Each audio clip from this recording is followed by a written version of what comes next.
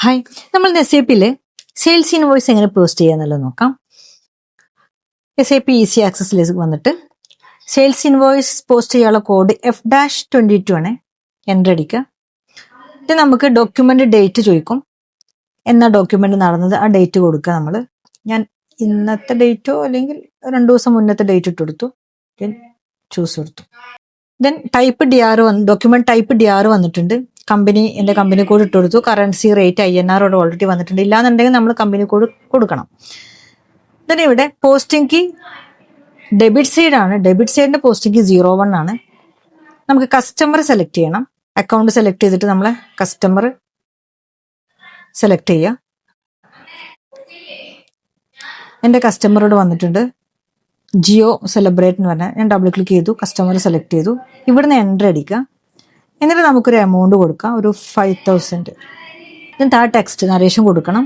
Credit sale posting key credit ലൈനറ്റ് ആണ്. Credit entry ആണ്. ക്രെഡിറ്റ് പോസ്റ്റിംഗ് കീ എന്ന് പറയുന്നത് SAPയിൽ ക്രെഡിറ്റ് പോസ്റ്റിംഗ് കീ 50 ആണ്, ഡെബിറ്റ് 40 ആണ്. പക്ഷെ കസ്റ്റമർ ക്രെഡിറ്റ് സെയിൽ ആയതുകൊണ്ട് 01 ആണ് വന്നത്. ഇവിടെ നമ്മൾ 50 കൊടുത്തു ക്രെഡിറ്റ്. ദെൻ അക്കൗണ്ട് നമ്മൾ സെയിൽസിന്റെ അക്കൗണ്ട് ലെഡ്ജർ അസൈൻ ചെയ്ത് കൊടുക്കുക. സെയിൽ അക്കൗണ്ട് അസൈൻ ചെയ്ത് കൊടുത്തു. എൻ്റർ കൊടുത്തു. ജസ്റ്റ്